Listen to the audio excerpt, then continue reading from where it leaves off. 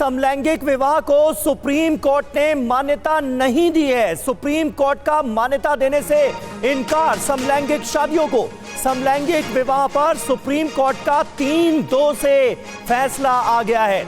इस पूरे मामले पर तमाम याचिकाओं को लेकर सुनवाई पहले ही हो चुकी थी। अदालत ने अपना फैसला सुरक्षित रख लिया था और अब हमारे सामने आदेश है। समलैंगिक विवाह को मंजूरी सुप्रीम कोर्ट ने नहीं दी है। कानून बनाना विधायिका का विशेष क्षेत्र है, यह कहा है सुप्रीम कोर्ट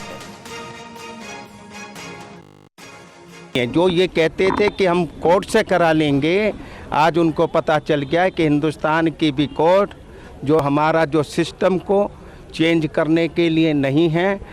हमारी सुप्रीम कोर्ट भी जो है वो ये मानती हैं कि कानून बनाने का, कानून को अमेंड करने का अधिकार भारत की संसद को है आज, और भारत सरकार का भी यही था।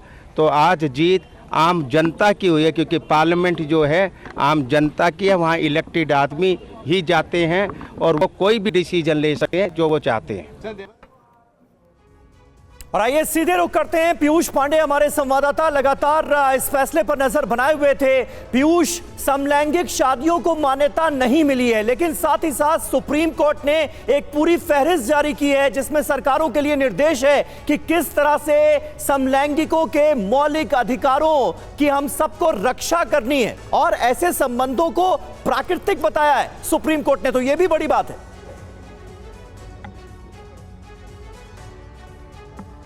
बिल्कुल समीर, देखिए 2 जजों ने इस मामले में जो फैसला दिया है उसके उलट 3 जजों का अलग फैसला आया है, और यही वजह है कि 3-2 का फैसला ये कहा जा रहा है।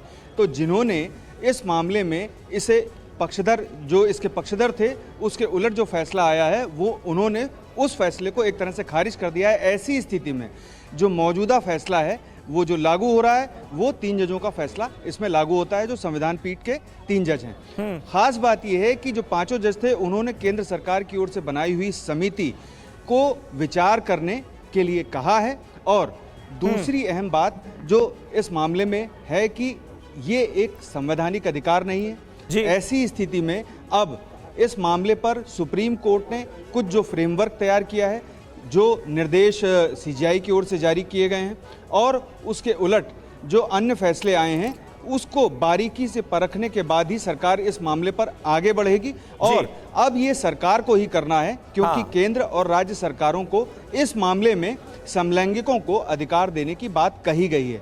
रहा सवाल कानूनी मान्यता देने का, तो कोर्ट ने सीधे तौर पर यह सरकार पर छोड़ दिया है, क्योंकि ये संसद का काम है।